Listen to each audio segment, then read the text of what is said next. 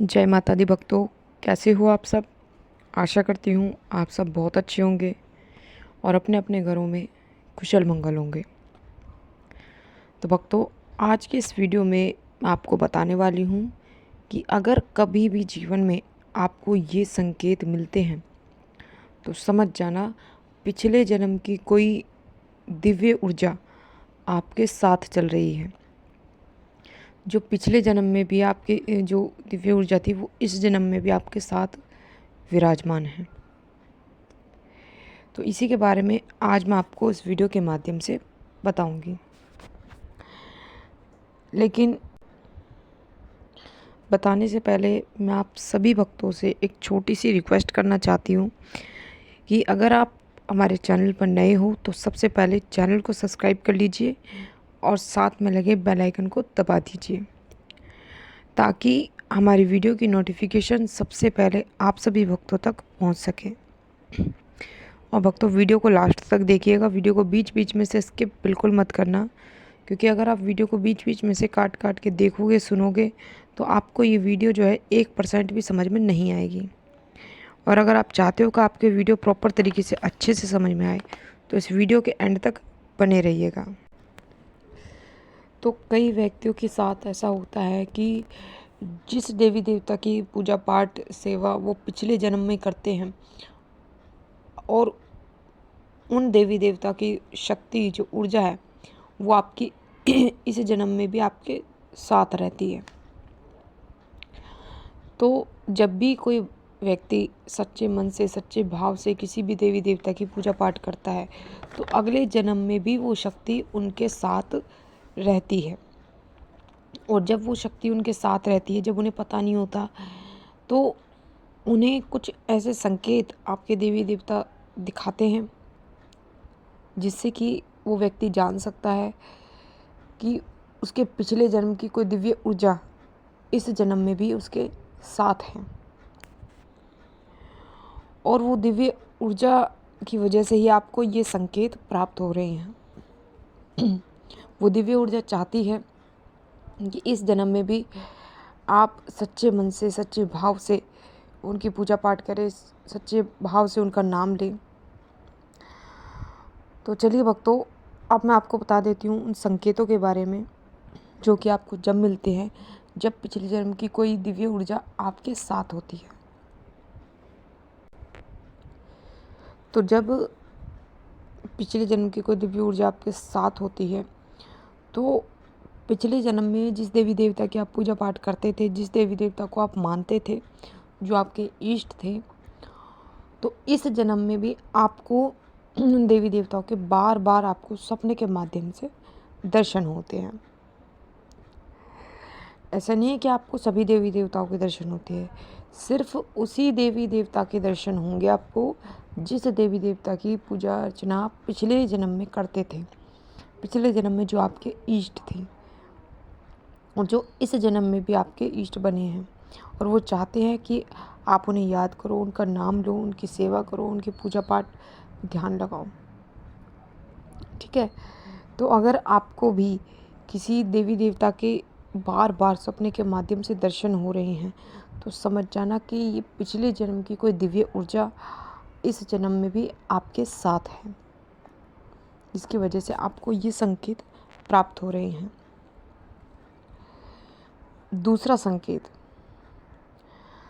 कि जो पिछले जन्म में आपके इष्ट होते हैं और इस जन्म में जब आप सेवा करते हो, मान लो आप माता काली की सेवा कर रहे हो लेकिन पिछले जन्म में आपके इष्ट भगवान शिव थे, तो आप सेवा तो कर रहे हो माँ काली की, लेकिन आपका जो ध्यान है वो भगवान शिव की तरफ आकर्षित होता चला जाता है।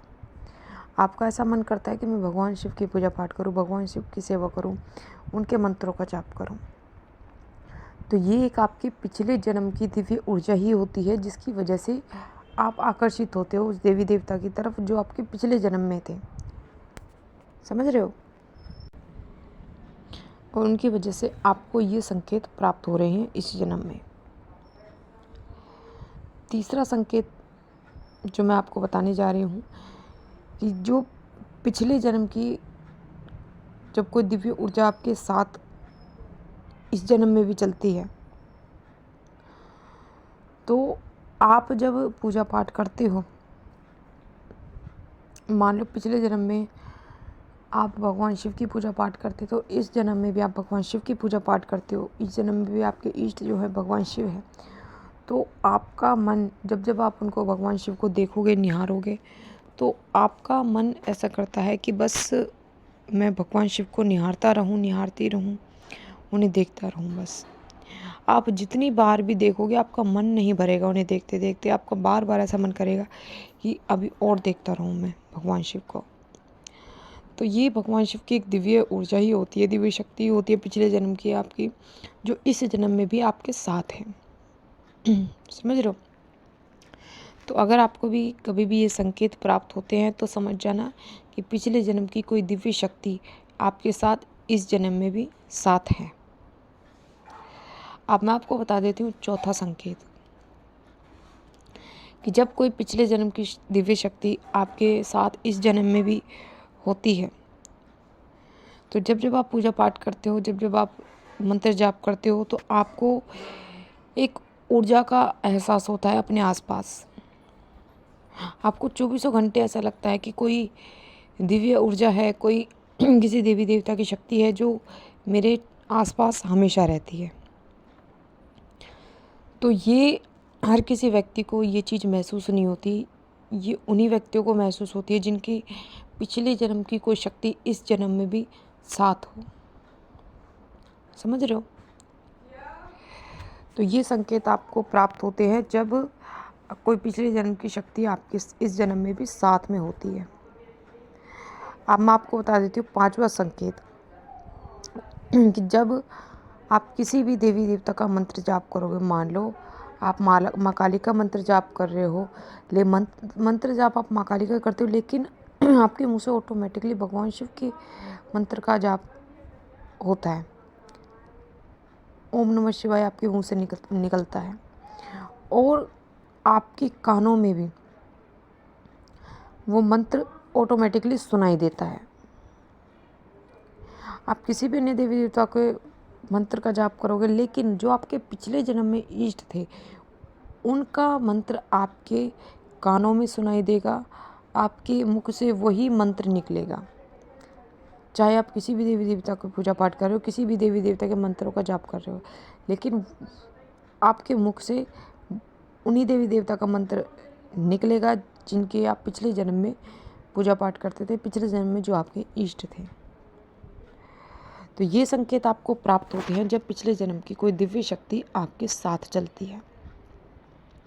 तो अगर इनमें से किसी भी भक्त को 2 या 3 संकेत या 4 संकेत भी अगर कभी भी दिखाई देते हैं जीवन में, तो वो भक्त मुझे नीचे कमेंट करके ज़रूर बताना, कमेंट में जय माता दी ज़रूर लिखना। तो ये थी भक्तों एक छोटी सी जानकारी जो मैंने आपको इस वीडियो के माध्यम से बताई है। आशा करती हूँ जानकारी आपको ज़रूर पसंद आई होगी। मैं मिलती हूँ ऐसी ही एक नई जानकारी के साथ, तब तक के लिए जय माता दी, जय माँ काली, हर हर महादेव।